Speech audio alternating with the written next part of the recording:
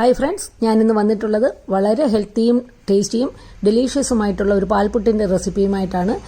പല രീതിയിലും ഓരോ സാധനങ്ങളൊക്കെ ചേർത്തിട്ട് പാൽപുട്ട് ഉണ്ടാക്കാമെങ്കിൽ ഞാൻ ഓതന്റിക് ആയിട്ടുള്ളൊരു റെസിപ്പിയാണ് ഇവിടെ കാണിക്കുന്നത്. ഈ റെസിപ്പി തീർച്ചയായിട്ടും നിങ്ങൾക്ക് ഇഷ്ടപ്പെടും. ഇഷ്ടപ്പെട്ടാൽ ഒന്ന് ലൈക്ക് ചെയ്യാൻ മറക്കരുതേ. അങ്ങനെ ഒന്ന് സപ്പോർട്ട് ചെയ്യണം.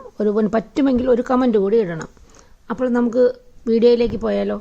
തങ്കംസ് ഫാമിലി കിച്ചൻ്റെ പുതിയൊരു വീഡിയോയിലേക്ക് എല്ലാവർക്കും സ്വാഗതം. ഈ പാൽപുട്ട് ഉണ്ടാക്കാനായിട്ട് നമ്മളൊന്ന് ക്യാരറ്റ് കൂടി ചേർക്കുന്നുണ്ട്. അപ്പോൾ ആദ്യം തന്നെ ക്യാരറ്റ് ഗ്രേറ്റ് ചെയ്ത് അത് പിഴിഞ്ഞ് അതിൻ്റെ ജ്യൂസ് ഒന്ന് മാറ്റി വയ്ക്കുന്നുണ്ട്. ഇങ്ങനെ ജ്യൂസ് മാറ്റി വെച്ചിട്ട് ആ ക്യാരറ്റ് എടുത്താൽ നമുക്ക് പുട്ടിന് മിക്സ് ചെയ്യുമ്പോൾ അത് കട്ട കിട്ടുകയില്ല. മാത്രമല്ല ഫില്ലിങ്ങിനായിട്ട് ഈ ക്യാരറ്റ് നമുക്ക് ഉപയോഗിക്കുകയും ചെയ്യാം. ഇനി നമുക്ക് പുട്ടുപൊടി നനയ്ക്കാനുള്ള പാൽ മിക്സ് ഉണ്ടാക്കാം. ആദ്യം 1/2 കപ്പ് ചൂട് പാല് നല്ല കട്ടിയുള്ളത് എടുക്കാം. 3 ടീസ്പൂൺ ബട്ടർ കൂടി ചേർക്കാം. ബട്ടർ ഇല്ലെങ്കിൽ 2 ടീസ്പൂൺ നെയ്യ് ചേർത്താൽ മതി. പിഴിഞ്ഞ് മാറ്റി വെച്ചിരിക്കുന്ന ക്യാരറ്റ് ജ്യൂസ് കൂടി ചേർക്കാം. പിന്നെ 1/4 കപ്പ് മിക്സ് ആകാൻ വേണ്ടിയിട്ട് അതിലേക്ക് വെള്ളമോ പാലോ കൂടെ ചേർത്ത് 1/4 കപ്പ് ആയിട്ട് മാറ്റി വയ്ക്കുക. നമ്മളിന്ന് പാൽപുട്ട് ഉണ്ടാക്കുന്നത് അരിപ്പൊടി കൊണ്ടാണ്. 1.5 കപ്പ് അരിപ്പൊടിയാണ് ഞാനിവിടെ എടുത്തിരിക്കുന്നത്. ഇതിലേക്ക് അല്പം ഉപ്പ് ചേർക്കാം.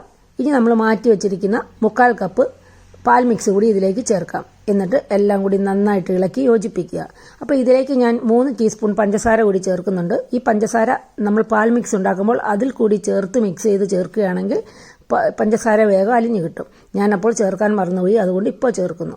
എല്ലാം കൂടി ചേർത്ത് നന്നായിട്ട് ഇളക്കി യോജിപ്പിച്ചതിന് ശേഷം ഒരു 10 മിനിറ്റ് നമുക്കിത് റെസ്റ്റ് ചെയ്യാൻ വെക്കണം. അപ്പോഴേക്കും നമ്മുടെ ഈ പുട്ടിൻ്റെ മിക്സ് കറക്റ്റ് പാകത്തിന് കിട്ടും. 10 മിനിറ്റ് കഴിഞ്ഞ് നോക്കാം. പുട്ടുപൊടി കറക്റ്റായിട്ട് നനഞ്ഞു കിട്ടിയിട്ടുണ്ട്. വെള്ളം കൂടുതലുമില്ല കുറവുമില്ല. അതുകൊണ്ട് ഇങ്ങനെ എടുക്കുമ്പോൾ പൊടിഞ്ഞ് വീഴുന്നുണ്ട്, നനവുമുണ്ട്. ഇത് നമുക്ക് മിക്സിയിൽ വെച്ചിട്ട് ഒന്ന് പൾസ് ചെയ്തെടുക്കുകയാണെങ്കിൽ കട്ടയെല്ലാം ഉടഞ്ഞു കിട്ടും.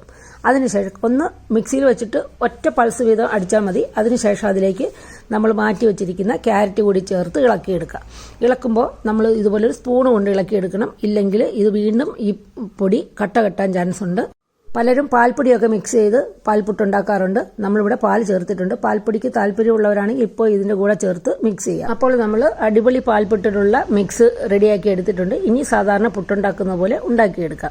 ഞാനിവിടെ ചിരട്ടപ്പുട്ടിൻ്റെ സ്റ്റീൽ അച്ചിലാണ് പുട്ടുണ്ടാക്കുന്നത്. ആദ്യം ഇതുപോലെ തേങ്ങ നിരത്തിയ ശേഷം പൊടി കോരി വയ്ക്കുക. പൊടി കോരി വയ്ക്കുമ്പോൾ ഇതുപോലെ സ്പൂൺ കൊണ്ട് തന്നെ കോരി വയ്ക്കുക. പ്രസ് ചെയ്യാതെ വേണം പൊടി കോരി വയ്ക്കാൻ. ഇങ്ങനെ പ്രസ് ചെയ്യുന്ന സമയത്ത് നമ്മുടെ പുട്ടിൻ്റെ സോഫ്റ്റ്നെസ് തീർച്ചയായിട്ടും കുറയും. അതുപോലെ തന്നെ കഴിയുന്നതും സ്പൂൺ കൊണ്ട് തന്നെ കോരി വയ്ക്കുക. ഇനി ഇതുപോലൊരു കുറ്റിയിലും ഉണ്ടാക്കിയെടുക്കാം. അങ്ങനെ നമ്മളെ ആദ്യത്തെ പാൽപുട്ട് റെഡി ആയിട്ടുണ്ട്. വളരെ വേഗം ഉണ്ടാക്കിയെടുക്കാൻ പറ്റുന്നുണ്ട്. വളരെ സോഫ്റ്റാണിത്. നോക്കൂ, ഇങ്ങനെ പാത്രം ഒന്ന് ഷിവർ ചെയ്യുമ്പോഴേക്കും ആ പുട്ട് ഇതുപോലെ ഒന്ന് പൊടിഞ്ഞു പോകുന്നുണ്ട്. അത്രയ്ക്ക് സോഫ്റ്റാണ്.